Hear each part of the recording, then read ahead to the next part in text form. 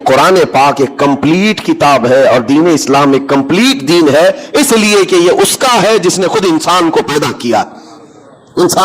کیا ہے اور اللہ رب العزت پوری کائنات کی تخلیق اور پورے انسانوں کی تخلیق وہ فرمایا ہے تو بہتر جانتا ہے اس کو کون سی چیز اچھی ہے۔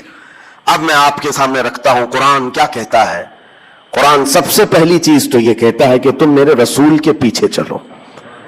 یہ ایک راستہ بتا دیا گیا کہ اگر تمہیں ڈائریکٹ کوئی چیز نہیں سمجھ میں آ رہی ہے تو رسول کو کیوں بھیجا گیا ہے کہ ان کا اٹھنا بیٹھنا چلنا پھرنا، ان کے بات کرنا، ان کے تمام اخلاق و کردار کو دیکھو اور اس راستے پر چل پڑو۔ یہ آسان ہے، ان کے پیچھے چلو اور ان سے منہ پھیرو گے تو بڑے نقصان اٹھاؤ گے۔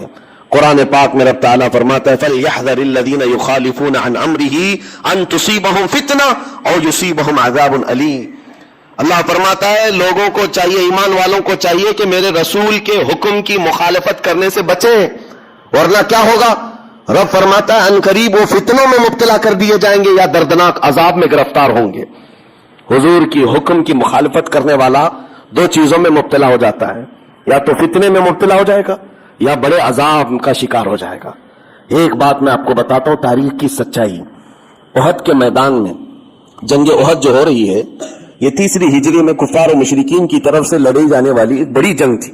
جنگ بدر کے بعد جنگ بدر میں 70 کافر مارے گئے تھے، 70 قیدی ہوئے تھے۔ اس کا بدلہ لینے کے لیے وہ آ گئے تھے مدینے پر چڑھائی کر کے، اور جب وہ مدینے پہنچے تھے، احد مدینے سے 5 کلومیٹر کا فاصلہ ہے، احد کے میدان کی طرف رسول کریم صلی اللہ علیہ وسلم جب چلے تو 700 صحابہ آپ کے ساتھ تھے۔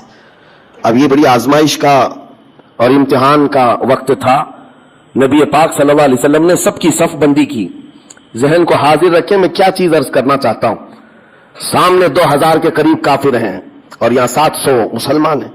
ان میں سے 50 اچھا تیر چلانے والے جو صحابہ تھے ان کو حضور پاک صلی اللہ علیہ وسلم نے ایک اونچے ٹیلے پر کھڑا کیا جس کو جبل رمات کہتے ہیں، آج بھی وہ ٹیلا موجود ہے، چھوٹی سی ایک پہاڑی، اور اس پر کھڑا کرنے کا مقصد یہ تھا کہ وہ لوکیشن ایسا تھا سامنے سے کوئی بھی آتا تو یہ اوپر کھڑے ہوئے آدمی تیر چلاتے وہ آگے بڑھ نہیں سکتا تھا۔ ظاہر سی بات ہے اوپر سے اگر کوئی تیر چلائے تو سامنے بڑھنا مشکل ہو جاتا، نیچے سے اوپر تیر جلدی جاتے نہیں، اوپر سے جلدی آ جاتے ہیں۔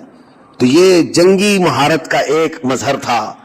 حضور پاک صلی اللہ علیہ وسلم نے 50 تیر انداز صحابہ کو وہاں کھڑا کیا، لیکن ساتھ میں یہ فرمایا تھا جب تک میں نہ کہوں نیچے نہیں آنا۔ یہ جملہ یاد رکھیں، حضور نے فرمایا جب تک میں نہ کہوں نیچے نہیں اترنا۔ اب جنگ نیچے چل رہی ہے، دشمن سامنے ہیں، مومنین ادھر ہیں، اور لڑائی اس قدر سخت ہوئی کہ مومنین نے ان کو بھاگنے پر مجبور کر دیا، کفار و مشرکین کو غالب آ گئے، اور وہ اپنا ساز و سامان سب چھوڑ کر کے بد کے ہوئے جانوروں کی طرح بھاگتے رہے۔ کون؟ کفار و مشرکین میدان چھوڑ کر بھاگ رہے تھے۔ اب جیسے ہی انہوں نے میدان خالی کیا تو جو مومنین یہاں پر موجود تھے انہوں نے اعلان کر دیا ہم فتح یاب ہو گئے، فتح ہو گئی۔ اب مال غنیمت جمع کیا جا رہا تھا، سب جب بھاگ گئے دشمن تو جنگ ختم ہو گئی۔ اوپر جو صحابہ کھڑے تھے تیر انداز، انہوں نے کہا کہ اب چلو اترتے، جنگ ختم ہو گئی۔ بعض نے کہا نہیں، حضور نے فرمایا جب تک میں نہ کہوں نیچے نہ آنا۔ وہ صحابہ اکرام میں 2 جماعتیں ہو گئی۔ بعض صحابہ نے کہا نہیں، حضور کے فرمانے کا مقصد یہ تھا کہ جب تک جنگ نہ ہو جائے تب تک نیچے نہیں آنا، جنگ ختم ہو گئی، جب سارے لوگ مال غنیمت جمع کر رہے ہیں ہم بھی نیچے اترتے ہیں۔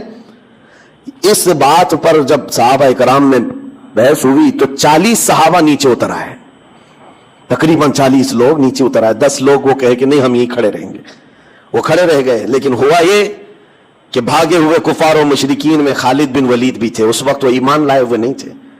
انہوں نے 200 گھڑ سواروں کو ساتھ کیا، انہوں نے دیکھا کہ وہ لوکیشن خالی ہو چکا ہے جو ان کے لیے ڈینجر تھا، وہاں سے اتر گئے لوگ۔ تو گھوڑے دوڑاتے ہوئے بہت دور سے راؤنڈ مار کر کے پیچھے کی طرف سے آ کر کے 10 صحابہ جو کھڑے تھے ان کو شہید کر دیا۔ سب سے پہلے ان 10 کو ختم کیا، اور اس کے بعد پھر جو نیچے صحابہ تھے مال غنیمت جمع کر رہے تھے، اچانک حملہ کیا پیچھے سے۔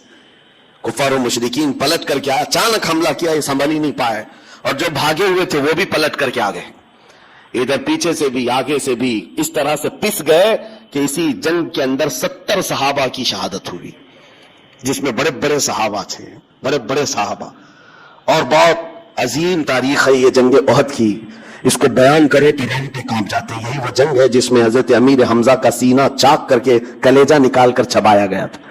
یہی وہ جنگ احد ہے جس میں حضرت عبداللہ بن جحش رضی اللہ تعالیٰ عنہ ایک صحابی ہیں جن کے پورے جسم کے 80 ٹکڑے کیے گئے تھے، اور کفار و مشرکین نے رسی میں ان کے ٹکڑے باندھ کر ہار بنا کر گلے میں پہنا۔ حضرت انس بن نزیر ایک صحابی ہیں جن کو پورا ایسا رگڑ دیا گیا تھا، مسلح کر دیا گیا تھا، سوائے ایک انگلی کے ان کے جسم میں کوئی چیز باقی نہیں تھی۔ ان کی بہن نے صرف انگلی دیکھ کر کے پہچانا تھا کہ انس بن نزیر ہے، باقی جسم کا کوئی حصہ نہیں ملا تھا۔ یہی وہ جنگ ہے جس میں سعد ابن ربیع جن کے پیٹ کو پھاڑ دیا گیا تھا، 12 نیزے لگے تھے۔ یہی وہ جنگ ہے جس میں حضرت حنظلہ جن کی شادی آج ہی ہوئی تھی، ایک رات پہلے شادی ہوئی تھی اور دولہا اسی جنگ میں شہید ہوا تھا۔ یہ وہ جنگ ہے جس میں بڑے بڑے صحابہ شہید ہوئے، بڑے بڑے صحابہ شہید ہوئے، لیکن سب سے بڑی بات تو یہ ہے کہ یہاں تک کفار و مشرکین کے ہاتھ پہنچ گئے کہ نبی پاک صلی اللہ علیہ وسلم کے قریب آ گئے۔ ایک ظالم نے لوہے کی ٹوپی جو جنگوں میں پہنی جاتی تھی وہ اٹھا کر حضور کے چہرے پر مارا، جس کی وجہ سے حضور پاک صلی اللہ علیہ وسلم کے رخسار، آپ کے گالوں سے ایک تانت لوہے کے اندر چلی گئی اور حضور کے 2 دانت مبارک وہاں شہید ہوئے تھے، اور وہ تانت ایسے اندر چلی گئی تھی کہ نکالنا مشکل تھا، لوہے کی، جس کو حضرت ابو عبیدہ بن جراح رضی اللہ تعالیٰ عنہ نے اپنے دانتوں سے پکڑ کر کے کھینچا تھا حضور کے اس رخسار پر چبھی ہوئی تانت کو، اور جس کی وجہ سے حضور کے 2 دانت مبارک اس میں شہید ہوئے۔ یہ وہ جنگ ہے جس میں بڑا نقصان ہوا، 70 صحابہ، وہ بھی بڑے بڑے صحابہ شہید ہو گئے۔ کہنا کیا چاہ رہا ہوں میں کس لیے یہ جنگ احد کا ذکر کر رہا ہوں پتہ ہے آپ کو؟ بتاتا ہوں۔ اتنا بھاری جو نقصان ہوا، اس کے اسباب کیا تھے؟ ظاہر سی بات ہے جب جنگ میں خسارہ ہو تو نقصان اور خسارے کا سبب ڈھونڈنا ضروری ہے۔ تو مفسرین فرماتے ہیں حضور پاک صلی اللہ تعالی علیہ وسلم کی وہ ایک بات جو حضور نے فرمایا تھا، جب تک میں نہ کہوں نیچے نہ آنا، صحابہ کرام نے اس بات کو ترک کیا، جس کی وجہ سے 70 صحابہ کی جانے گئی۔ لیکن یہ بات بھی میں بتاؤں، وہ صحابہ جو نیچے اتر آئے وہ ایسے نہیں ہے کہ حضور کی نافرمانی کرنے کی نیت سے آئے تھے۔ ان کے ذہن و دماغ میں یہ نہیں تھا کہ حضور نے جو کہا ہے وہ ہلکے میں لے لینا ہے، نہیں، وہ ان کی اجتہادی خطا تھی۔ انہوں نے یہ سوچا کہ حضور نے جو فرمایا وہ جنگ ختم ہونے تک کے لیے فرمایا ہے، جنگ ختم ہو گئی، ہم اتر آئے ہیں۔ لیکن اس ایک خطا کی بنیاد پر اتنا بڑا نقصان، اسی لیے مفسرین فرماتے قرآن کی آیت پڑھو، رب نے فرمایا میرے رسول کے حکم کی مخالفت کرنے سے بچو، ورنہ فتنے میں مبتلا ہو جاؤ گے یا دردناک عذاب میں گرفتار ہو جاؤ۔ وہ تو صحابہ تھے، عظیم صحابہ تھے، جنہوں نے جان بوجھ کر کے کبھی رسول کی مخالفت کرنے کا سوچا ہی نہیں، پھر بھی نقصان اٹھائے۔ اور آج دنیا حضور کو جان بوجھ کر کی مخالفت کر رہی ہو، حضور کے احکام کو پیٹ پیچھے ڈال دیے ہو، تو 70 لاکھ جانے جائیں گی۔ آج تو بڑا نقصان اٹھانا ہوگا۔ اس بڑے نقصان کا ایک سب سے بڑا سبب یہ ہے رسول پاک کے احکام کی مخالفت، حضور پاک صلی اللہ تعالی علیہ وسلم کے جو شریعت طاہرہ کے احکام ہے اس کو چھوڑ کر کے جانا۔ ایک حدیث میں آپ کو سناؤں تو آپ کو اندازہ ہوگا کہ دین کیا ہے، جس پہ ہم چل رہے وہی دین ہے یا نہیں۔ ہم سب کو سوچنے کی ضرورت ہے۔ ہم ٹوپیاں لگا کر کے ہفتے میں ایک مرتبہ جھک جائیں تو اسی کو دین سمجھتے ہیں ہم، یا صرف کپڑوں کا نام دین ہے، صرف داڑھی کا نام دین ہے؟ اسلام کس کا نام؟ میرے آقا صلی اللہ علیہ وسلم فرماتے ہیں لا یؤمن احدکم حتی یکون ہواہ تبعا لما جئت بہ، تم میں سے اس وقت تک کوئی مومن نہیں بن سکتا جب تک کہ اپنی خواہشات کو میری مرضی کے مطابق نہ کر دیں۔ تمہاری اپنی خواہشات حضور کی مرضی کے مطابق جب تک نہیں کرو گے تب تک پورے مومن نہیں بن سکتے۔ اسی لیے تمہیں پوچھنا ہوگا کہ مجھے جینا کس طرح سے ہے؟ حضور نے جو فرمایا مجھے اسی طرح سے جینا ہے۔ نبی پاک صلی اللہ علیہ وسلم کی جو مرضی ہے اس کے حساب سے چلنے کا نام دین ہے۔ اقبال نے کہا تھا بمصطفیٰ برساں خیش کہ دی ہما اوست، اپنے آپ کو رسول اللہ کے قدموں تک پہنچا دے، یہی دین ہے، یہی دین ہے۔ اپنی خواہشات کو ختم کرنا ہوگا، اور جس کی بنیاد پر آج ہم بہت بڑا نقصان اٹھا رہے ہیں، بہت بڑا نقصان۔ نبی اور رحمت صلی اللہ تعالی علیہ وسلم کے احکام، ان کے اقوال کو ہلکے میں لیتے ہیں آج۔ آپ کو پتا ہے اس رسول کو اللہ تعالیٰ نے ہمارے درمیان مبعوث فرمایا جو پورے کائنات کے لیے رحمت ہے، اور وہ ایسا عظیم رسول جس کی امت میں پیدا ہونے کے لیے پچھلے نبی دعا کرتے تھے۔ اس قدر تمہیں قسمت سے اور بہت بڑے نصیب سے نوازا گیا، لیکن ہم نے اس کو ہلکے میں لینا شروع کیا. ہم اپنی مرضی سے دین کے اس پر عمل کرتے ہیں. آج حالات یہی ہیں، ہم کو جیسا من کرے ویسے ہم جینے کے قائل ہیں، ویسا نہیں جیتے جیسے رسول کی خواہش. آپ کو پتا ہے صدیق اکبر رضی اللہ تعالیٰ عنہ کا ایمان کیا تھا؟ گھر میں موجود ہیں، نماز پڑھ رہے تھے، اچانک رسول کریم صلی اللہ علیہ وسلم تشریف لائے. دروازے سے اندر حضور آئے اور حضرت ابو بکر صدیق کی نماز ہو چکی تھی. حضور جیسی آئے کھڑے ہو گئے. جس کے گھر نبی پاک صلی اللہ علیہ وسلم آئے اور وہ بھی صدیق اکبر کے گھر، تو خوشیوں سے آپ حضور کے آگے پیچھے ہو رہے تھے. نبی پاک صلی اللہ علیہ وسلم سیدھے حجرے میں اندر گئے. وہاں ایک بکسا رکھا ہوا تھا، چھوٹا سا ایک باکس رکھا ہوا تھا. اس کو کھولا تو اس میں کچھ مال تھا، کچھ رقم تھی. نبی پاک صلی اللہ علیہ وسلم نے وہ اٹھایا اور کہا ابو بکر یہ میں فلاں کام کے استعمال کے لیے لے جا رہا ہوں، یہ نہیں کہ اجازت ہے، لے جا رہا ہوں. صدیق اکبر کی آنکھوں میں آنسو آئے. کہا یا رسول اللہ رب کا شکر ہے، ابھی میں نے یہی دعا کیا تھا کہ مولا مجھے اتنی قسمت سے نواز دے کہ تیرا رسول میرا مال اپنا سمجھنے لگ جائے، میرا اپنا کچھ نہیں ہے. صدیق اکبر کہتے ہیں میری دعا قبول ہو گئی، آپ تشریف لائے.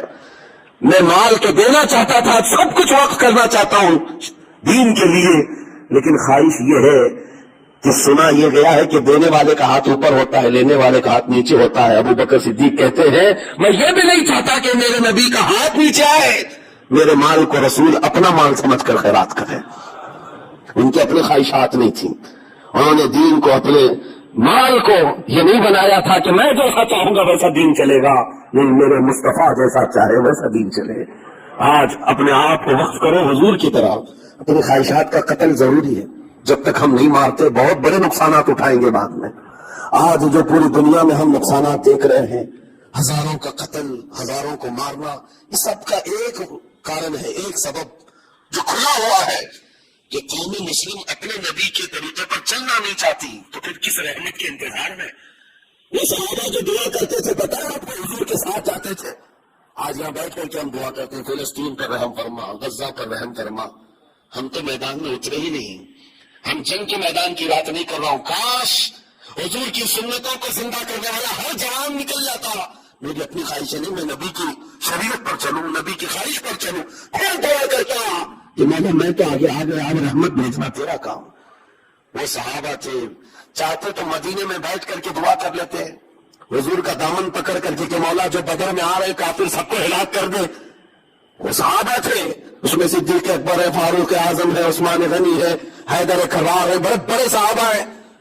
حضور پاک صلی اللہ علیہ وسلم مدینہ طیبہ میں موجود ہیں. یہ سب صحابہ دعا کر دیتے. وہاں تک چل کے کیوں گئے؟ 160 کلومیٹر دور تک چل کر کے گئے. پتا ہے اس میں سے ایک جنگ ہے جس کے بارے میں حضرت ابو ہریرہ فرماتے ہیں جب ہم چل کر کے گئے تھے تو پیروں میں سب کپڑے باندھے ہوئے تھے، کپڑے پھاڑ پھاڑ کر کے پیروں میں، چپل کسی کے نہیں. کہتے کہ پہاڑی راستہ تھا، چل چل کر کے ایک صحابی کے بھی ناخن باقی نہیں تھے، سب کے ناخن ٹوٹے ہوئے تھے، سب کے ناخن ٹوٹے ہوئے اور کپڑے باندھ کر کے یہ لوگ چلتے تھے. 160 کلومیٹر دور، گرمیاں نہیں دیکھی، ٹھنڈیاں نہیں دیکھی، حضور کے پیچھے چل پڑے. اور جب بدر کے میدان میں آئے تو حضور پاک صلی اللہ تعالیٰ علیہ وسلم نے پوچھا بھی تھا جس کو جانا ہے وہ جا سکتا ہے، واپس جو مدینہ جانا چاہے وہ جا سکتا ہے. اس میں انصار صحابہ جو مدینے سے چل کر کے آئے تھے. اچھا ایک بات یہ بھی بتا دوں، جنگ بدر کیوں ہوئی؟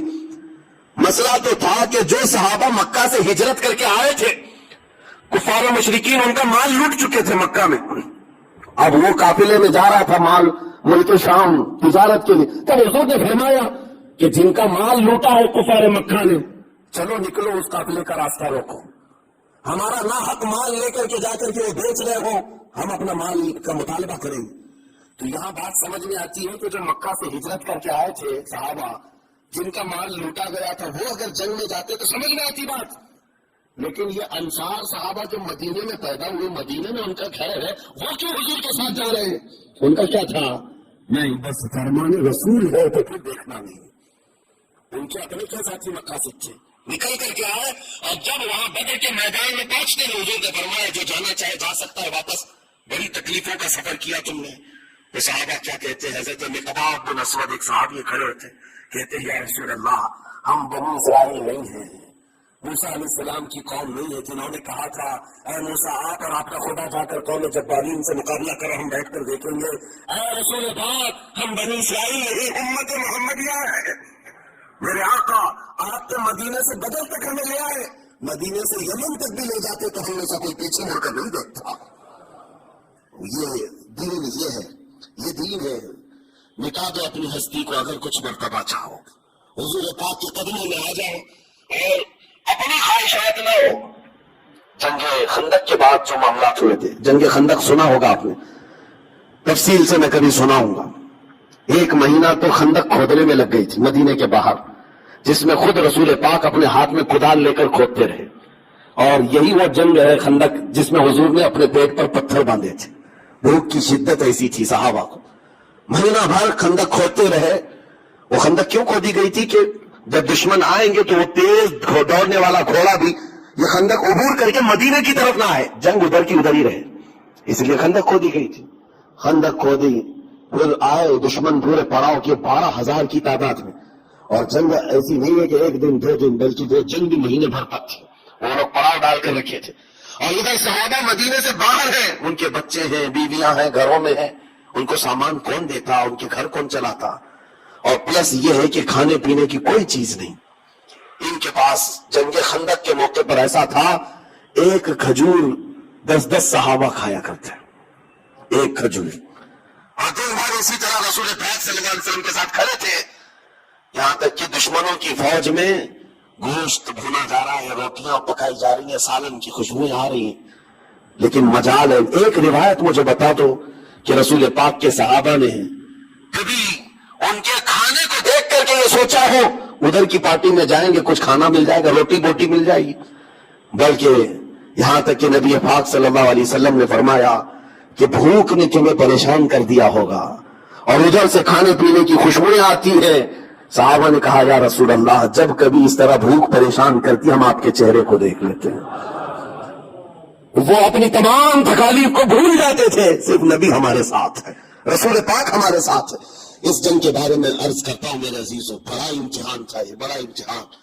میں کیوں کہہ رہا ہوں یہ باتیں؟ اس لیے کہ مدد اللہ کی ان کے ساتھ کس لیے آتی تھی کہ حضور کے ساتھ چلتے تھے، حضور کے ساتھ آگے بڑھتے تھے، تب اللہ کی مدد آتی۔ تم یہاں بیٹھ کر کے دعائیں کرتے ہو، سنت پر عمل کرنا نہیں ہے، دین پر عمل کرنا نہیں ہے، نہ حضور پاک کی شریعت کا خیال کرنا ہے، گھر میں بیٹھ کر کے گڑ گڑانے سے کیا ہوگا؟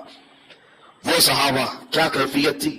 خندق کی جنگ ختم ہو گئی، مہینے بھر 2 مہینے بھر کے بعد صحابہ مدینے کی طرف لوٹ رہے ہیں، زخمی حالت میں ہیں، سب زخمی تھے، کسی کے تیر لگا۔ حضرت سعد بن معاذ، حضرت سعد رضی اللہ تعالیٰ عنہ صحابی انصار میں سے، ان کی رگ کٹ گئی تھی تو خون رکتا ہی نہیں تھا، یہاں تک کہ حضور صلی اللہ علیہ وسلم نے ان کے ہاتھ کو پکڑا تو حضور کا پورا جسم خون سے بھر گیا۔ حضرت سعد اس طرح کے زخمی صحابہ تھے، جب چل کر مدینے کی طرف آ رہے تھے، بیچ راستے میں مدینے نہیں پہنچے، جبرائیل امین علیہ السلام آئے، عرض کیا یا رسول اللہ رب تبارک و تعالیٰ کی منشا یہ ہے یہیں سے آپ قبیلہ بنو نذیر کے مقابلے میں جنگ کے لیے نکل جائیں۔ اتنے بڑے جنگ کے بعد آ رہے صحابہ، مدینہ قریب ہے، اور بیچ میں جبرائیل امین آئے، رسول رحمت صلی اللہ علیہ وسلم، وہ یقیناً رفیق ہیں، شفیق ہیں، جن کے بارے میں قرآن کہتا ہے عزیز علیہ ما عنتم حریص علیکم بالمؤمنین رؤوف رحیم۔ تمہارا تکلیف میں پڑنا اس رسول کو دیکھا نہیں جاتا، نہایت ہی رحم دل ہے۔ صحابہ کی طرف دیکھتے ہیں، کہتے ہیں اتنے تھکے ہوئے، ان سے ایک بار پوچھتے ہیں، ظاہر سی بات ہے مہینے کے بعد کوئی آتا ہے، ہم بھی سفر سے آتے ہیں، آپ ڈائریکٹ بلائیں تو ہم کہیں گے ارے نہا دھو کے تو آؤں، بچوں سے بات تو کر کے آؤں، کپڑے بدل کے تو آؤں۔ صحابہ اکرام یہ کہتے کہ زخموں کی مرہم پٹی کر کے آئے، بیویوں سے مل کر کے آئے، بچوں کو کوئی بات کر کے آئے۔ حضور صلی اللہ علیہ وسلم نے صحابہ کو بیچ راستے میں رکایا اور پوچھا اے میرے عزیز صحابہ، جبرائیل امین آئے تھے، کہا کہ یہیں سے بنو نذیر کے مقابل میں جانا ہے، تمہارا مشورہ کیا ہے؟ صحابہ کہتے ہیں یا رسول اللہ دیر کس بات کی، چلے ابھی چلتے ہیں، دیر کس بات کی، ابھی چلتے ہیں۔ وہ کیسے عظیم انسان تھے جو نبی پاک صلی اللہ تعالیٰ علیہ وسلم کے ساتھ قدم بقدم تھے، جس کی وجہ سے قرآن کہتا ہے رضی اللہ عنہم ورضوا عنہ، اللہ ان سے راضی ہوا اور وہ اللہ سے راضی۔ یوں ہی مدد نہیں آئی تھی، وہ حضور کی شریعت طاہرہ، حضور پاک کے مزاج پر پورا اترنے کی کوشش کرتے۔ آپ کو پتا ہے ہم تو بولتے بولتے تھک گئے، کئی لوگوں کو ہماری بات ہو سکتا ہے بے اثر ہو جائے، لیکن میں تو آپ سے کہتا ہوں کہ حضور سے اگر محبت ہے تو ٹھنڈے دل سے کبھی سوچتا کہ میرے نبی کو کیا چیز اچھی لگتی ہے، کیا چیز بری لگتی ہے کہ میں اپنے محبوب کو ناراض تو نہ کروں، میں اپنے نبی پاک کو ناراض تو نہ کروں۔ مدینہ طیبہ میں ایک شام ایسی ہے، حضرت انس صحابی 10 سال کی عمر کے تھے، شراب حرام نہیں تھی اور شراب کے مٹکے بھر بھر کر کے پیے جاتے تھے۔ وہ کہتے ہیں میں ایک دکان میں کام کرتا تھا جہاں لوگوں کو شراب پلائی جاتی تھی برتن میں۔ شام کا وقت تھا، مدینے کی گلیوں میں اچانک آواز آئی، ایک ندا دینے والے نے ندا دی، یا ایھا المسلمون قال رسول اللہ صلی اللہ علیہ وسلم حرمت الخمر، اے مسلمانوں اللہ کے رسول صلی اللہ علیہ وسلم نے آج فرمایا ہے شراب حرام ہو گئی۔ اعلان ہو رہا تھا مدینے کی گلیوں سے۔ حضرت انس کہتے ہیں میرے ہاتھ میں شراب کا مٹکا تھا، نیچے گر گئے، اور جتنے لوگ بیٹھے ہوئے تھے کوئی منہ تک لگایا تھا تو وہیں سے اس نے پٹک دیا، ایک قطرہ بھی ہونٹ کو لگنے نہیں دیا۔ کسی نے آدھا پیا تو وہاں چھوڑ دیا۔ یہ نہیں ہے کہ دیکھیں آج کا آج پی لیں گے بعد میں دیکھیں گے، کل سے توبہ کر لیں گے، شام سے نیک بن جائیں گے، یا پھر معلوم تو کر لیے اعلان کرنے والا صحیح میں کر رہا ہے یا حضور سے بات تو کر کے دیکھیں۔ نہیں، ان کا مزاج یہ تھا، صحابہ کی بات آئی ہے رسول اللہ کی، بات آئی ہے نبی پاک کی، اس کے بعد ہمارا مزاج نہیں چلے گا، اور چلے گا تو رسول اللہ کی بات ہی ہوگی۔ اپنے اوپر لازم کر لیا تھا، اس لیے مدد آتی تھی۔ قرآن کہتا ہے اے محبوب آپ فرماتے ہیں اگر تم اللہ سے محبت کرتے ہو تو میرے پیچھے چلو۔ حضور کے پیچھے چلنا یہی دین ہے، یہی شریعت ہے۔ عزیزان گرامی اوقات، دعائیں بھی باریاب ہوں گی، دعائیں بھی قبول ہوں گی، بس میدان میں اتر کر کے تو دیکھو۔ بعض لوگوں کو یہ لگتا ہے میدان میں اترنے کی بات کرتے ہیں تو پروٹیسٹ کے لیے، جنگ کے لیے، نہیں میرے عزیزوں، بہت ہو گئے پروٹیسٹ، بہت ہو گئے۔ میں جس میدان میں اترنے کی بات کر رہا ہوں وہ عمل کا میدان ہے۔ اپنی خواہشات کو پیچھے رکھو اور عہد کرو کہ مجھے چلنا ہے تو رسول اللہ کے مزاج کے مطابق چلنا ہے۔ حضور جس چیز کو پسند کرے میں وہاں چلوں، پھر اللہ کریم کی وہ مدد بھی آئے گی، رحمت بھی آئے گی۔ ہم بیٹھ کر کے یوں نہیں تسبیح گھماتے رہیں، بدلنا نہیں چاہتے اپنے آپ کو، چھوڑنا نہیں چاہتے، جن کی لت ہمیں لگی ہوئی ہے، جن برائیوں کی عادت ہمیں پڑی ہوئی ہے اس کو نکالنا بھی نہیں چاہتے، اور بار بار مدد کی دعائی بھی دیتے ہیں۔ اسی لیے میرے عزیزوں قرآن کہتے ہیں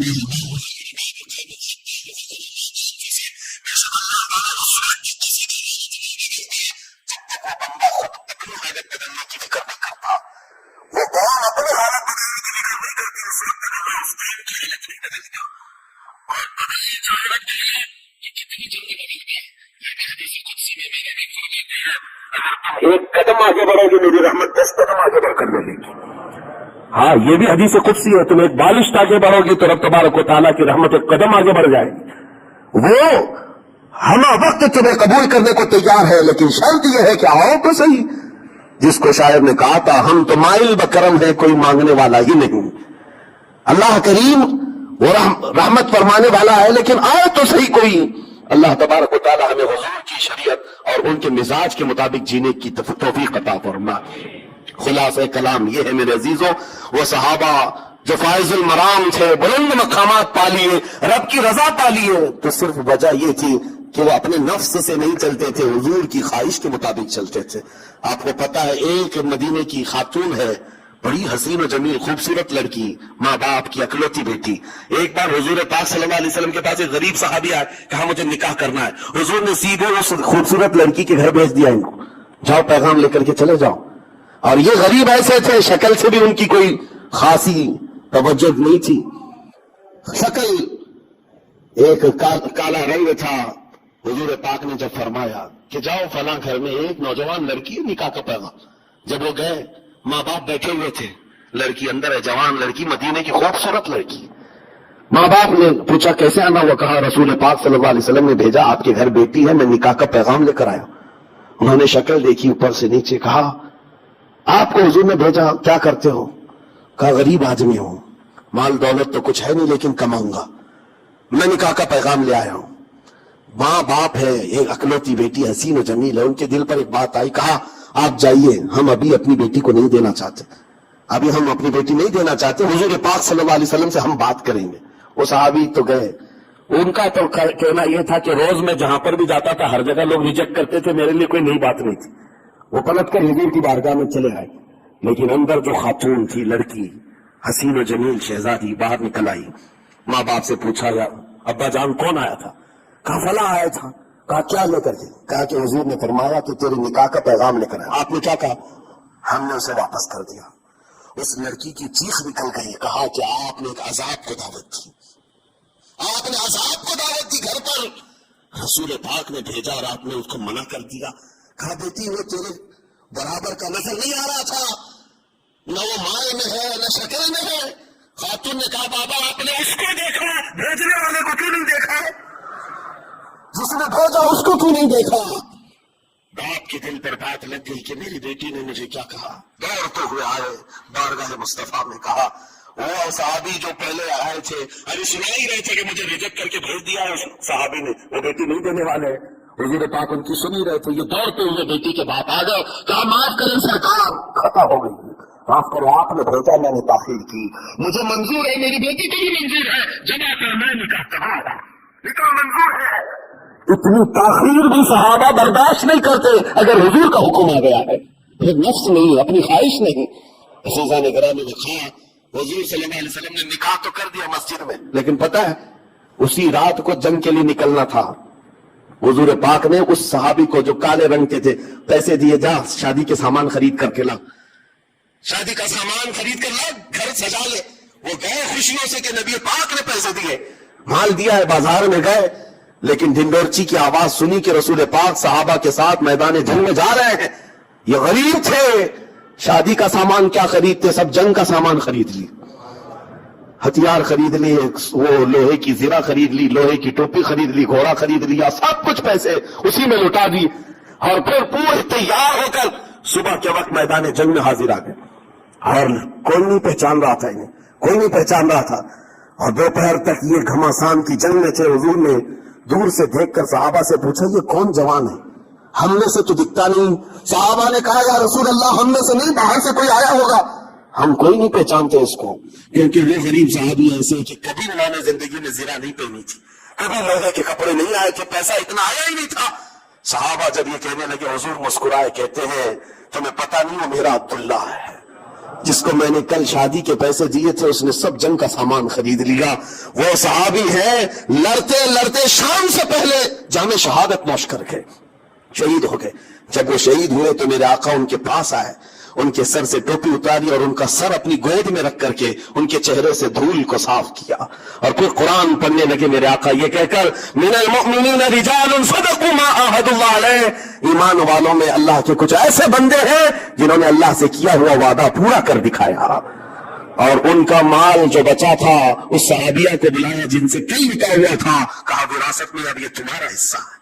میرے عزیزو اس روایت کو بیان کرنے کا صرف مقصد یہ ہے ان کا اپنا نفس نہیں تھا، ان کی اپنی خواہشات نہیں تھی. وہ چلتے تھے تو رسول اللہ کے پیچھے بمصطفیٰ برساں خیش کے دی ہماؤز. سچ کہا ہے اقبال نے، اپنے آپ کو نبی کے قدموں تک پہنچا دے، یہی دین ہے اور یہی ایمان ہے. مولا اسی دین تک ہم سب کو پہنچنے کی توفیق عطا فرمائے. وآخر دعوانا الحمدللہ رب العالمین. السلام علیکم.